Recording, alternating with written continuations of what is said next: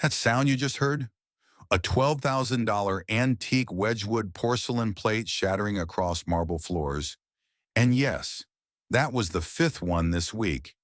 10-year-old Sophia Blackwood, the only daughter of billionaire Victoria Blackwood, had long carried a reputation that made even adults hesitate. She had reduced military-trained tutors to tears on their very first day. Ivy League-educated psychologists would rather run than spend one more minute with Sophia. The girl was like a hurricane dressed in Chanel, a riddle that no amount of Victoria's money could solve. The media had given the child a title that sent chills down people's spines: the uncontrollable heiress. Victoria Blackwood, meanwhile, was standing on the edge of collapse. At 35, she had built Blackwood Pharmaceuticals into a $2 billion biotech empire. But she couldn't manage her own daughter. She had tried everything: every specialist, every therapy, every piece of advice. Sophia had been expelled from 3 elite schools and had single-handedly caused 12 staff members to quit in 6 months, except him. Marcus Rivera, 32 years old, a single father working as a janitor at Blackwood Industries by day and waiting tables at Harbor Cafe by night. He was 3 months behind on rent, raising his 6-year-old son Oliver alone and studying psychology through online courses in the few quiet hours before dawn. To be completely honest, he couldn't tell the difference between a high society gala and a neighborhood barbecue. And he was about to do something no one had ever dared to do. He was about to say no to Sophia Blackwood. The Harbor Cafe wasn't the kind of coffee shop Boston's elite mentioned in glossy magazines, but it had dignity. Located on Newbury Street, just far enough from Back Bay to keep prices reasonable, it served lawyers grabbing quick lunches and artists lingering over single cups of coffee for hours. Marcus Rivera knew every one of them. At 32, he moved with quiet efficiency, though his mind often drifted to distant calculations. Interest on overdue bills, child development theories from the textbooks he kept hidden under the counter. Marcus was an observer. He noticed the trembling hands of a businessman before the man ordered his third espresso, the exhaustion on a young mother's face before she asked for the check.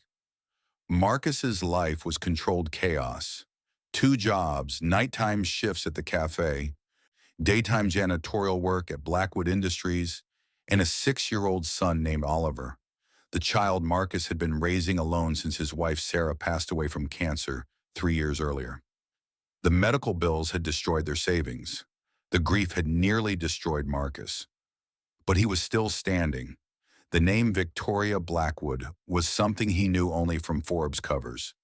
She was the queen of Boston's biotech world, the woman who had built her empire from a tiny laboratory into a global powerhouse. She was also notoriously reclusive after her husband David died in a boating accident 2 years earlier. But the name Sophia Blackwood echoed differently, a shared dread among Boston's most seasoned service workers.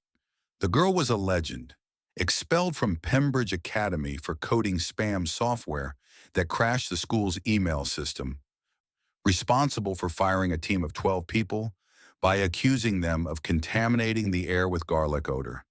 10 years old, and she had already racked up more power victories than a miniature dictator.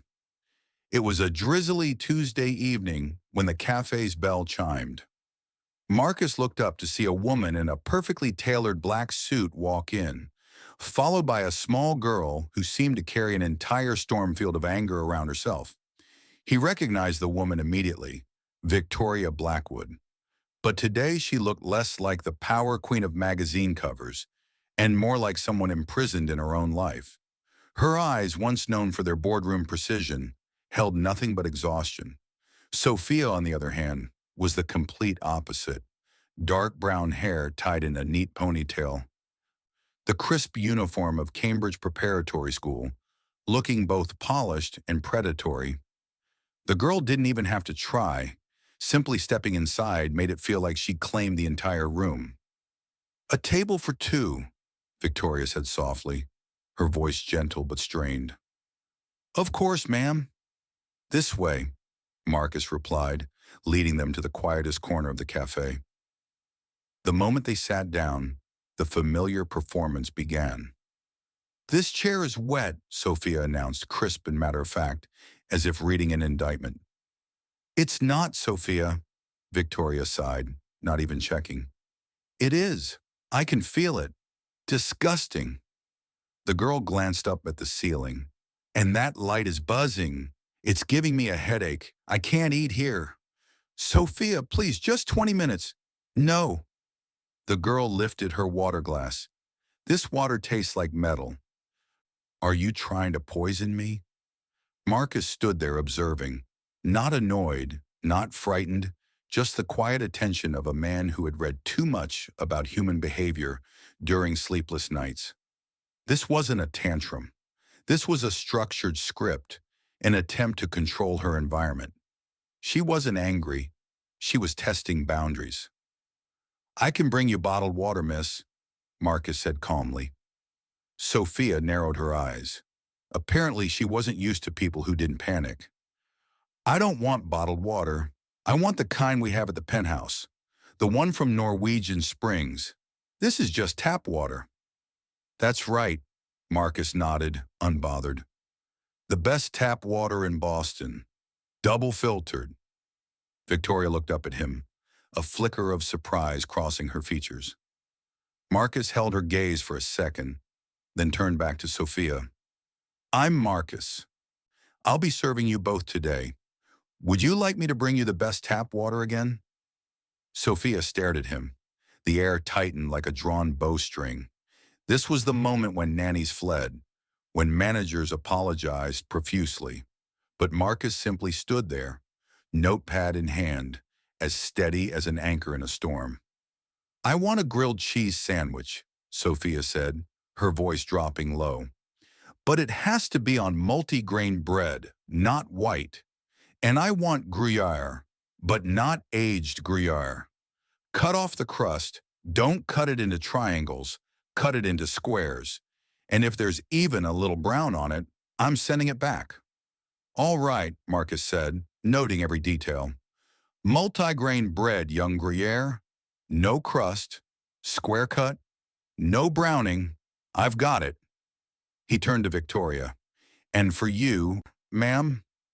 Victoria Blackwood looked at Marcus as if he were some rare creature, a small miracle she couldn't quite trust yet. "Just a black coffee. Right away." 10 minutes later, Marcus returned. He set the coffee down in front of Victoria and a plate in front of Sophia. It was perfect. Multi-grain bread, lightly toasted, with 4 pale gold square sandwiches arranged neatly.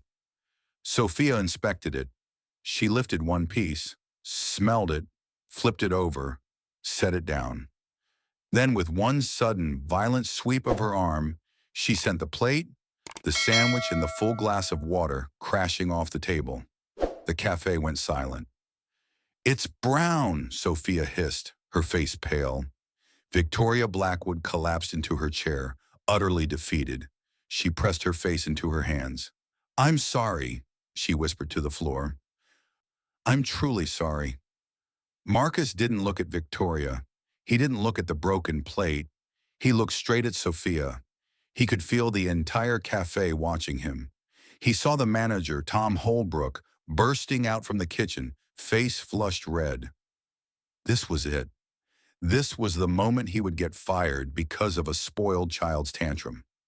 "Mrs. Blackwood, Tom began, but Marcus raised his hand. A small gesture, yet somehow it stopped him. Marcus knelt down, grabbing a stack of napkins from a nearby station. He didn't start cleaning the large mess. He picked up a single soggy crust from the floor. He looked at it, then at Sophia. Victoria had already pulled out her wallet, a thick black Amex sliding into view. "I'll pay for everything. The plate, the food, I'll cover everyone's meals. I'm so sorry." "It was brown," Sophia repeated. But her voice was smaller now. The explosion was over, and what lingered was only quiet aftermath. Marcus ignored the credit card. He ignored the manager. He lifted the soggy crust. "You're right," Marcus said, his voice soft but carrying through the silent room. This side is a little darker than the other. My mistake. I should have checked more carefully. Sophia's head snapped up. Her jaw literally dropped. Of all possible reactions, yelling, crying, soothing, threatening, the simple, factual agreement was something she had never encountered. But I have a question, Marcus continued, still kneeling, lowering himself to her eye level. That throw, was that a level 10 or just around a 7.5? The plate traveled pretty far, but the water splash was a bit messy, not very controlled. Victoria lifted her head from her hands. Tom, the manager, looked as though his brain had short-circuited. Sophia couldn't form words. She just stared. I'm just saying, Marcus added, starting to gather the broken porcelain pieces. If you're going to make a scene, it should be spectacular. That one was fine, a bit predictable. Table flip trend stuff. You seem smart. I bet you can come up with something more creative. A tiny smile, almost invisible, flickered across Sophia's lips before she crushed it down. Shut up, she muttered. I'm serious, Marcus said, standing up. All that energy and for what? A wet floor. Very anticlimactic. Now, are you still hungry or was that performance art? I'm not hungry. All right, then you'll have to sit while your mother finishes her coffee, which, by the way, is getting cold. For the first time in 2 years, Sophia Blackwood was silent. She didn't complain about the lighting.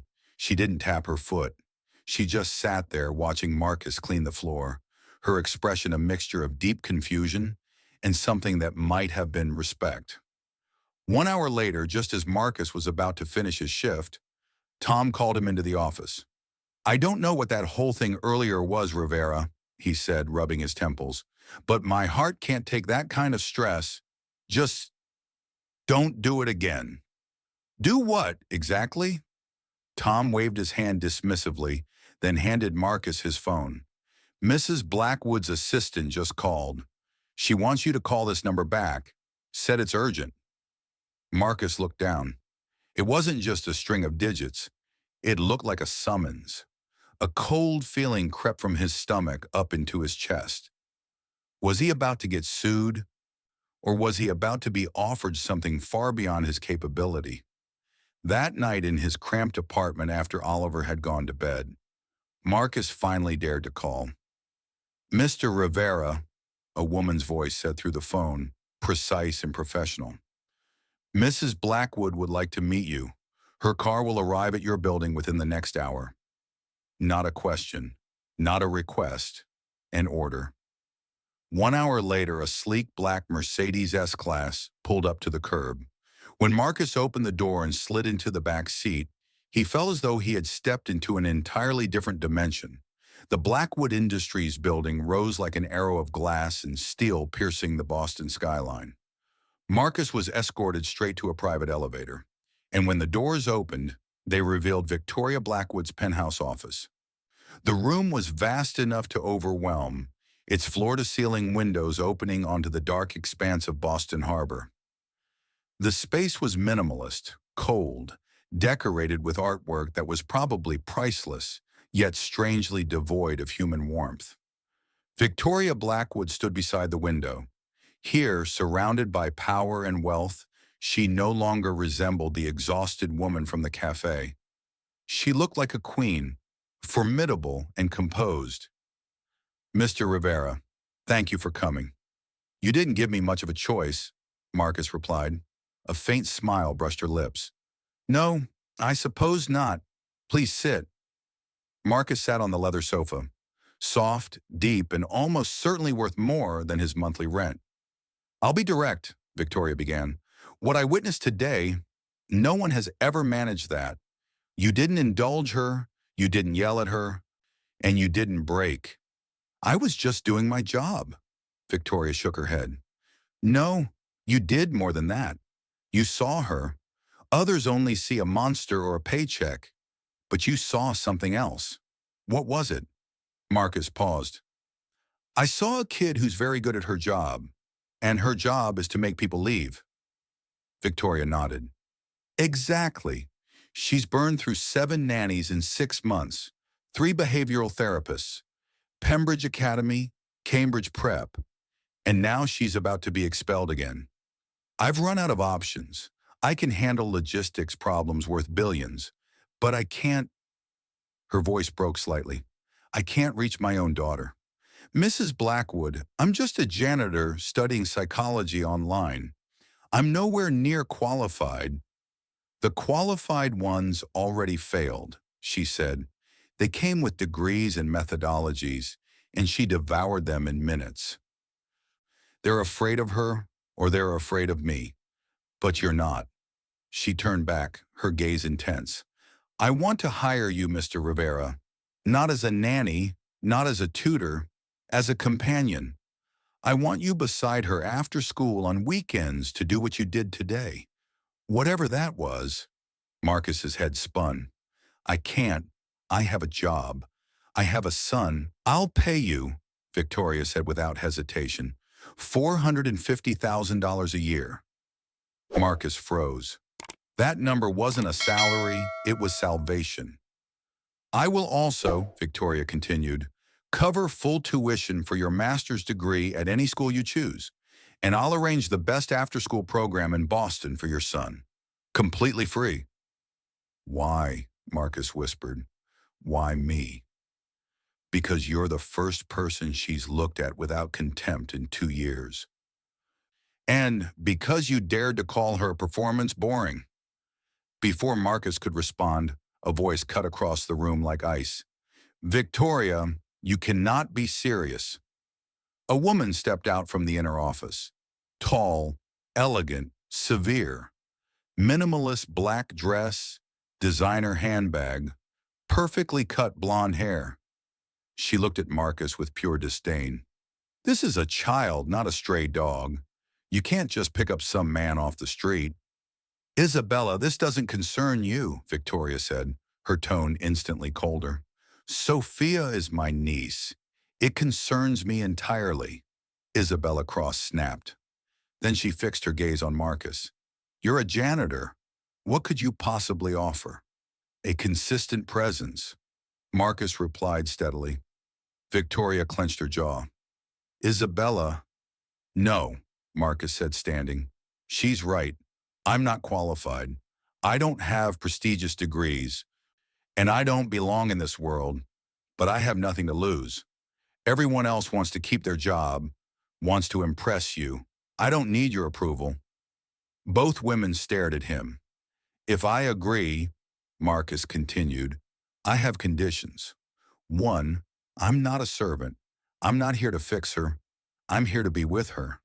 2, Mrs. Cross stays away when I'm working with Sophia. And 3, you have to participate. No excuses, no board meetings. If I call you, you show up. Isabella's face flushed with anger. How dare? What conditions? Victoria interrupted. Marcus repeated them clearly. Victoria looked at her sister, then said firmly, Isabella, I am handling this. Please step out. You'll regret this, Isabella hissed before storming out. Victoria turned back to Marcus. When can you start? The Blackwood penthouse occupied the top 3 floors of a historic Beacon Hill building, a maze of glass and marble, sparse furniture, artwork so expensive it felt oppressive. The silence wasn't peaceful. It pressed against your eardrums. Staff members moved like ghosts, silent steps, lowered eyes. At the center of this fortress was Sophia. Marcus's first official day fell on Monday. He arrived at 3:30 p.m. as the private driver brought Sophia home from Cambridge Prep. Sophia stepped into the vast entry hall, spotted Marcus, and her expression hardened. You, she said flatly. Me, Marcus replied, lifting a paper bag. I brought you a grilled cheese sandwich, multi-grain bread, young Gruyere, crust removed, square cut, lightly toasted. Sophia glared at the bag. I'm not hungry. All right. Marcus sat on an expensive modern bench and opened the bag. I am. He sat there eating a grilled cheese sandwich in the center of the grand foyer. Completely at ease, Sophia crossed her arms. You're not allowed to eat here. Where should I eat? In the kitchen, with the staff. My job is companion, not staff, Marcus said, taking another bite. By the way, this bench is terrible for sitting. Want a piece? No, I have homework. Sophia turned and walked up the floating glass staircase like she was performing for cameras. Okay, I'll be right here, Marcus called after her. For 3 hours, Marcus stayed there. He read his psychology textbook, did crosswords, observed the space. What struck him most was the absence of life. No family photos, no personal touches, no evidence that a child lived here. Just perfect, sterile design. At 6:30, a chef announced dinner. Marcus entered the dining room, a space large enough for 30 people, but with only 2 place settings at opposite ends of the long table. Sophia appeared, sat down, unfolded her napkin. Not a word. Marcus sat at the far end, squinting to see her. Could you pass the salt? The shaker was 20 feet away. Sophia stared at him, then at the salt. No. Marcus stood, walked the entire length of the table, retrieved the salt, walked back, and sat down. They ate in silence. Seared scallops with saffron risotto that Marcus had to study to identify. How's Cambridge prep? Marcus asked. Boring, Sophia answered. What's boring? Everything. The teachers are stupid. The students are stupid. Everyone's stupid. Must be lonely, Marcus said, being the only smart person in the building. Sophia's fork froze. You're stupid too. Probably, Marcus nodded. I'm failing statistics, but I'm pretty good at spotting patterns in behavior. Sophia set her fork down hard. I'm not lying. I didn't say you were lying. I said you were using stupid as a shield to keep people from asking deeper questions. Sophia shot up from her chair. I'm done. The first week continued exactly like that. Sophia tested, Marcus redirected. Sophia insulted, Marcus agreed, then pivoted. Marcus was like a calm wall, immune to her storms, and that frustrated Sophia immensely. In the second week, Sophia escalated. When Marcus arrived, he found her in the library with her tablet. I'm testing a new AI language tutor, she announced. My mother is considering investing. I'm supposed to practice French. Want to hear? I don't speak French, Marcus said. Exactly. Sophia smiled coldly and tapped her screen. Fluid French filled the room. Then she turned to Marcus with anticipation. What do you think of its pronunciation? Marcus recognized the setup, a psychological trap designed to humiliate. Sounds like French, he said calmly. It says, Sophia continued with malicious pleasure, that only an uneducated loser would wear cheap shoes like yours. It's wondering if you bought them at a thrift store. Marcus looked down at his worn sneakers. They are from a thrift store, 75 cents. But your AI made an error. It called them cheap when they were actually extremely cheap. There's a difference. Sophia's smile vanished. The trap had failed completely. Did it insult anything else? Marcus asked mildly. It finished, Sophia said uncertainly. Marcus nodded. All right then. I'm going back to my book. If you want to teach me actual French curse words, let me know. He walked away, leaving Sophia frozen, confused, and for the first time, uncertain how to respond. The breakthrough came by accident. Marcus was exploring the second floor when he heard music, not the cold classical that occasionally played, but something raw and desperate, a piano. Someone was struggling through a difficult Chopin piece, stumbling, cursing softly, starting over. Marcus pushed open a door slightly. The room was dark, furniture covered in white sheets like sleeping ghosts. Only one thing was uncovered, a magnificent Bosendorfer piano that seemed to glow in the darkness. Sitting at it was Sophia, but not the manipulative child from downstairs. This Sophia was playing with her entire being, with fury and loneliness she would never admit. Her small fingers attacked the keys as if trying to tear the music from the instrument itself. Beautiful, wild, and heartbreaking. She hit a difficult passage, slammed her fist down, and in that moment saw Marcus's reflection in the piano's lid. "Get out!" Sophia screamed, slamming the lid shut. "You're not allowed here. No one is." "Sophia, that was incredible. Get out!" She grabbed the metronome and hurled it at him. Marcus ducked as it exploded against the doorframe. "All right," Marcus said softly. "I'm leaving. I'm sorry." He closed the door gently, his heart pounding. He had not witnessed a tantrum. He had accidentally seen Sophia's true heart, the brilliant wounded child hidden beneath all the armor. Marcus found Victoria when she returned that evening. "Mrs. Blackwood, I need to speak with you about Sophia and the music room." Victoria's face went pale. "The music room? She's been practicing piano in there. She's extraordinary, but she's also in tremendous pain." Victoria had to steady herself against the wall. "That room belonged to my husband, David. He was a concert pianist. I locked it after he died. I didn't think she even had a key." "She's been going there alone," Marcus said gently. "It's where all the emotions she won't show anyone else finally come out." Victoria's eyes filled with tears. "I thought I was protecting her by locking that door, by moving forward, but she's been going back there in secret, alone with her grief." 3 days later, Marcus sat outside Sophia's locked bedroom door. "Sophia, I left soup outside, and I wanted to tell you something. I used to be like you." The door cracked open. Sophia peeked out, eyes red from crying. "When my wife Sarah died, I was furious," Marcus continued. "I broke things, hurt people because I wanted them to feel my pain." "What happened?" Sophia whispered. "My neighbor helped me learn that anger was just grief wearing a disguise. She taught me to find smarter ways to express it." Sophia slid to the floor beside him. "I miss my dad every single day." "I know.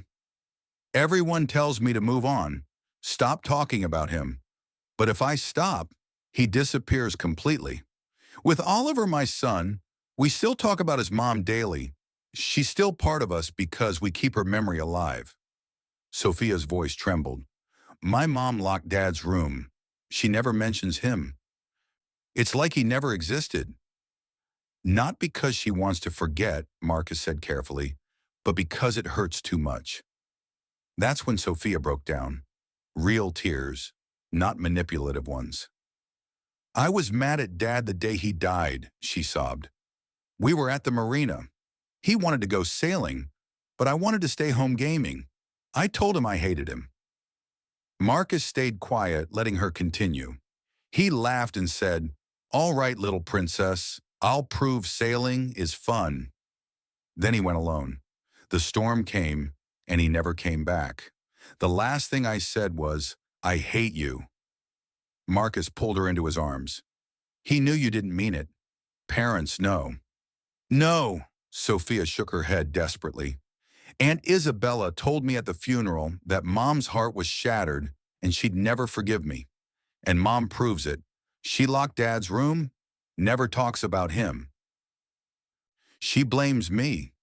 Marcus felt fury at Isabella's cruelty, but kept his voice gentle. "Sophia, your aunt lied to you.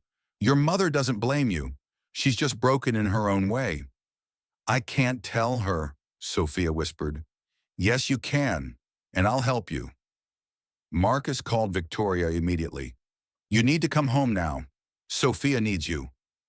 25 minutes later, Victoria burst through the door, face pale with panic. "What happened? Is she hurt?" "She needs to tell you something," Marcus said. "Just listen." Victoria knelt before her daughter. "Tell me, sweetheart." "I killed Dad," Sophia whispered. Victoria's face shattered. "What? Sophia, what are you talking about?" Through tears, Sophia explained. The fight, the sailing trip, the last angry words. "Aunt Isabella said you'd never forgive me. That's why you lock Dad's room and never talk about him." A sound escaped Victoria, deep and agonized. Oh God, Sophia, no, it was an accident, a horrible accident. You are not to blame. Not for 1 second have I blamed you. But you locked because I was broken, Victoria said, her voice cracking. I thought silence would protect you, but I was wrong. I couldn't look at his things without falling apart. I'm so sorry, sweetheart. So very sorry. For the first time in 2 years, they were simply mother and daughter, both wounded, finally finding each other. They cried together in the vast living room, a space that suddenly contained real love. Following that breakthrough, Victoria gave Marcus the bronze key to the music room. It's time this house had music again. The weeks that followed felt like rebirth. Victoria scheduled daily time with Sophia, no exceptions. They had dinner together, took walks, played games.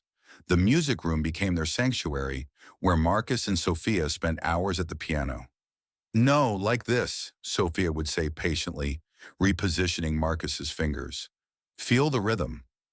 For the first time, Sophia was teaching someone, and her confidence bloomed. The girl who once threw plates now guided Marcus through Chopin with infinite patience. The venom was gone, replaced by purpose. Victoria often watched from the doorway, tears in her eyes as she witnessed her daughter's transformation. They were becoming a family, but Isabella's absence felt ominous. Too quiet, too calculated. On a Thursday morning, Marcus arrived to find the staff whispering nervously. Linda, the housekeeper, could barely look at him. Mrs. Blackwood wants to see you, she whispered. In her office.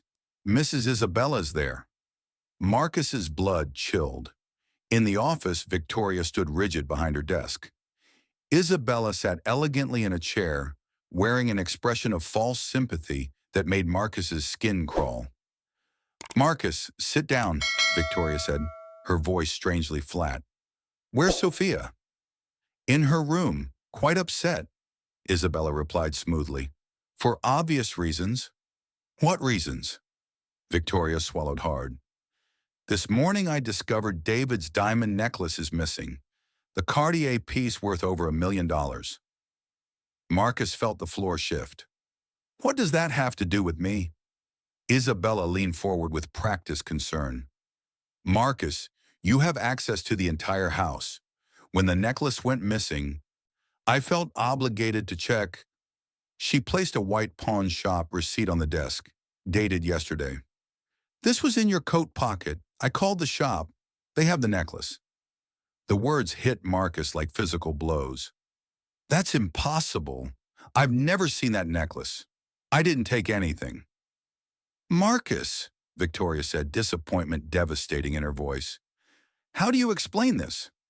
I can't, Marcus said desperately. But I didn't do this. Victoria, you know me. Do I? Victoria asked quietly. A man I hired off the street? Someone desperate for money? Isabella struck precisely. Victoria, I know this is painful. We wanted to believe in him. But people from his background, with his financial desperation, $1 million necklace would be overwhelming temptation. You're framing me, Marcus said, voice shaking with rage. Classic deflection, Isabella said coolly. Victoria, for Sophia's safety, we must call the police. Marcus turned to Victoria, heartbroken as he saw doubt in her eyes. Please, check the security cameras. I already did, Victoria said hollowly. The dressing room camera malfunctioned. No footage from the past 2 days. Of course, Isabella had planned everything. This is difficult, Isabella pressed, but we must protect Sophia. We can't have a thief in the house. Victoria looked at Marcus for a long moment, her face a battlefield between instinct and fabricated evidence. Marcus, I think we no longer need your services. Please leave. Return the key. I'll handle the necklace matter privately. Not just fired, betrayed by someone who had become like family. Fine, Marcus whispered, placing the key on the desk. I didn't do this. And tell Sophia I'm sorry. He walked out past staff who looked away in shame. In the elevator alone, Marcus collapsed against the wall and sobbed. The next day, Marcus sat in his apartment, drowning in despair. The doorbell rang insistently until he heard a familiar voice. Open the door, idiot. It's freezing. Sophia. He buzzed her in. She appeared. No driver, no security, hair windblown, cheeks flushed with determination. Sophia, how did you get here? I took 3 buses, she said, pushing past him. My mother is an idiot and my aunt is a snake. Marcus blinked. You don't think I did it? Obviously not, Sophia said, pulling out her laptop with detective-like confidence. Stealing is loud and stupid, exactly Isabella's style. She thinks I'm just a traumatized kid who plays piano. She forgot I'm also my mother's daughter. Meaning? I'm a programmer, Marcus. I installed my own surveillance system months ago, completely separate from house security. Isabella disabled the main system, but she knows nothing about mine. Everything uploads to my private cloud. She turned the laptop toward him. The first video showed Isabella 2 days ago, systematically disabling the dressing room camera. The second was even more damning. Isabella in the coat closet, carefully planting the pawn shop receipt in Marcus's jacket. She planned everything, Marcus breathed. Every detail, Sophia confirmed. But she underestimated me. Now we're making the smart move. An hour later, Victoria burst into Marcus's apartment, face pale with panic and growing fury. Sophia, what are you doing here? Watch this, Sophia said simply, spinning the laptop toward her mother. Victoria's expression transformed as she watched the videos. Confusion, realization, then cold rage.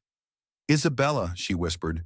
She's been poisoning me for 2 years, Sophia said quietly, making me think you blame me for Dad's death. And she tried to destroy Marcus because he was helping us heal. Victoria's hands shook as the betrayal sank in. The trust fund. She's been after your inheritance. That was the smart move, Mom, Sophia said, using my brain instead of throwing things. Victoria looked at her daughter, then at Marcus, and nodded with steel in her voice. The smartest move of all. That evening, Isabella arrived expecting to find a broken family. Instead, she found them united, waiting. Victoria, what's going on? Isabella stammered, seeing Marcus. Why haven't you called the police? Victoria stepped forward, remote control in hand. Because I wanted them to see this first. She pressed play. Isabella's face went white as she watched herself frame Marcus. I did it to protect the family, Isabella whispered desperately. To protect Sophia.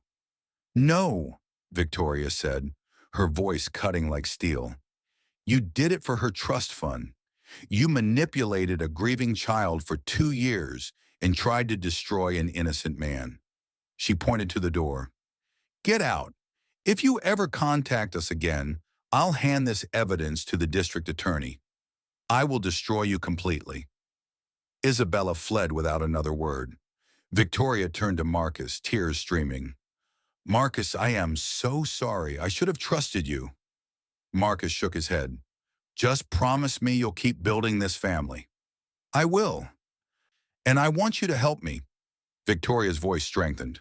I'm starting a foundation in David's name for music therapy programs helping traumatized children. I need someone to run it, someone who understands both psychology and healing. Are you offering me a job? I'm offering you a purpose, Victoria said, if you want it. Marcus looked at Sophia, who was failing to hide a smile. Yes, I'll take it. 1 year later, the David Blackwood Foundation had become one of Boston's most successful charitable organizations. From his corner office, Marcus could see the harbor where David had died, now a symbol not of tragedy, but of transformation. The foundation had helped over 200 children in its first year, establishing music therapy programs in 12 schools, and integrating trauma counseling with arts education. Marcus had completed his master's degree at Harvard, funded by the foundation. Oliver thrived in Boston's finest private school, making friends and excelling academically. But the greatest success was in the penthouse. Marcus arrived that evening to find Victoria and Sophia at the piano, playing a duet they'd perfected over months. Victoria's technique remained imperfect, but her dedication was absolute. Sophia had become a remarkable teacher, patient, encouraging, wise beyond her years. "You're late," Sophia grinned, hitting a perfect chord. "Mom finally mastered the bridge." "Only took 60 tries," Victoria laughed. Marcus leaned against the doorway watching them. The room that once held only shadows now overflowed with light, laughter, and music. Two people torn apart by grief had not only healed but created something beautiful together. Victoria looked up and smiled, not the polite smile of an employer, but the warm, genuine smile of family. "Ready for dinner?" she asked. "Always," Marcus replied. As they walked together toward the dining room, Marcus realized they had built something more precious than healing. They had created a new definition of success, one measured not in profits or power, but in love, growth, and the courage to choose each other every single day. The uncontrollable heiress had become a confident, compassionate young woman. The desperate billionaire had become a devoted mother. And the struggling single father had found not just a career, but a calling. In the end, the most valuable currency wasn't money at all. It was the willingness to see someone's true heart and choose to stay, to fight for them, to believe that broken things could become beautiful again, and to understand that sometimes the greatest investment you can make is simply showing up for the people who need you most.